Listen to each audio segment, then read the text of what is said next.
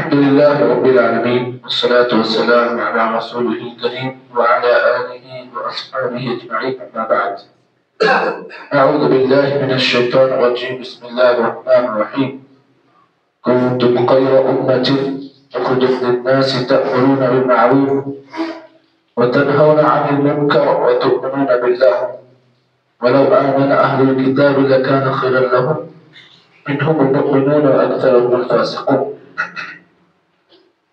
محترم بھائیوں اور بزرگوں، سورہ آل عمران کی آیت نمبر 109 آپ حضرات کے سامنے پڑھی گئی. اللہ رب العالمین نے اس آیت میں یہ بات بیان کی اور کہا کنتم خیر امۃ، اے لوگوں تم سب سے بہترین امت ہو جو لوگوں کے لیے نکالی گئی ہو. تأمرون بالمعروف، تمہارا کام یہ ہے کہ تم لوگوں کو نیکی کا حکم دیتے ہو، وتنہون عن المنکر، اور لوگوں کو برائی سے روکتے ہو، وتؤمنون باللہ، اور تم اللہ پر ایمان رکھتے ہو.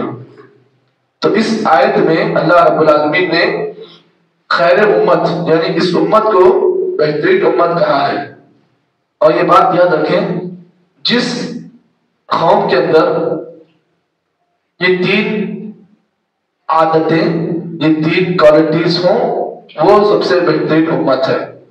اور جس قوم میں یہ تین عادتیں نہ ہوں وہ سب سے بری قوم ہے. تو امت محمدیہ کو جب اللہ تعالیٰ نے سب سے بہترین امت کہا ہے تو اس کی تین کوالٹیز ہیں. پہلی کوالٹی یہ ہے کہ امت محمدیہ کو اللہ رب العالمین نے لوگوں کو نیکی کا حکم دینے کے لیے پیدا کیا اور لوگوں کو برائی سے روکتے ہیں. یہ لوگ ان کی دوسری کوالٹی یہ ہے. اور تیسری کوالٹی یہ ہے اور تؤمنون باللہ، یہ صرف اللہ پر ایمان رکھتے ہیں. آگے اللہ نے فرمایا وَلَوْ آمَنَ أَهْلُ الْكِتَابِ لَكَانَ خَيْرًا لَهُمْ، اگر یہ اہل کتاب یہود و نصارہ ایمان لا لیتے لَكَانَ خَيْرًا لَهُمْ، یہ ان کے حق میں بہتر ہوتا. مِنْهُمُ الْمُؤْمِنُونَ، اللہ فرماتے ہیں اہل کتاب یہود و نصارہ ہے، ان میں سے بعض لوگ ایمان والے ہیں. وَأَكْثَرُهُمُ الْفَاسِقُونَ، لیکن ان میں کے اکثر فاسق ہیں، بے دین ہیں، بدکار ہیں، گنہگار ہیں. جب کبھی فاسق کا لفظ آتا ہے، فاسق سے مراد گنہگار بھی آتا ہے معنی اس کا، اور فاسق سے مراد بے دین بھی آتا ہے. اسی لیے اللہ کے نبی نے ایک حدیث سے فرمایا، آپ نے شاید اس حدیث کو سنا ہوگا، سباب المسلم فسوق، مسلمان کو گالی دینا گناہ ہے، وقتالہ کفر، اور مسلمان کا قتل کرنا کفر ہے. تو اس حدیث میں سباب المسلم فسوق، مسلمان کو گالی دینا گناہ ہے. بتایا چلا کہ فسق کے بہت سارے معنی آتے ہیں. تو یہاں پر اللہ رب العالمین نے فرمایا اس آیت کے اندر بھی اہل کتاب میں سے بعض مومن ہیں اور ان میں کے اکثر بے دین ہیں یعنی گنہگار ہیں. اس آیت کے متعلق امام ابن جریر جو ایک بہت بڑے مفسر ہیں، وہ کہتے ہیں کہ اس آیت میں اللہ رب العالمین نے خیر امت کے لیے جو تین خوبیاں بیان کی ہیں، جس آدمی کے اندر یا جس قوم کے اندر یہ تین خوبیاں پائی جائیں گی وہی سب سے بہترین امت ہے. اور جس آدمی کے اندر، دیکھیے یہ بات یاد رکھیں، بہت اہم بات بتا رہا ہوں. امام ابن جریر نے اپنی کتاب تفسیر جریر، ان کی بڑی تفسیر ہے، اس میں یہ بات لکھتے ہیں کہ جس قوم کے اندر یہ تین عادتیں آ جائیں، یہ تین کوالٹیز آ جائیں، وہ سب سے بہترین امت ہے. اور جس قوم کے اندر یہ تین عادتیں نہ پائی جائیں اس قوم کا حال اہل کتاب میں سے ہے، یعنی وہ قوم اہل کتاب میں سے ہے، یعنی وہ قوم یہودی ہے اور نصرانی ہے. پتہ یہ چلا کہ جب اللہ تعالیٰ نے ہمیں اور آپ کو خیر امت کہا ہے تو اس کے لیے ضروری ہے کہ ہم یہ تین کام کریں. آپ جانتے ہیں یہودیوں کے بارے میں اور نصارہ کے بارے میں اللہ رب العالمین نے یہ بات بیان کی، كانوا لا يتناهون عن منكر فعلوا لبئس ما كانوا يعملون. اللہ فرماتے ہیں اہل کتاب کو ہم نے اس بات کا حکم دیا تھا کہ تم لوگوں کو نیکی کا حکم دو اور برائی سے روکو. تو اللہ فرماتے ہیں كانوا لا يتناهون عن منكر فعلوا، اہل کتاب وہ تھے جو لوگوں کو برائی سے نہیں روکتے تھے. قوم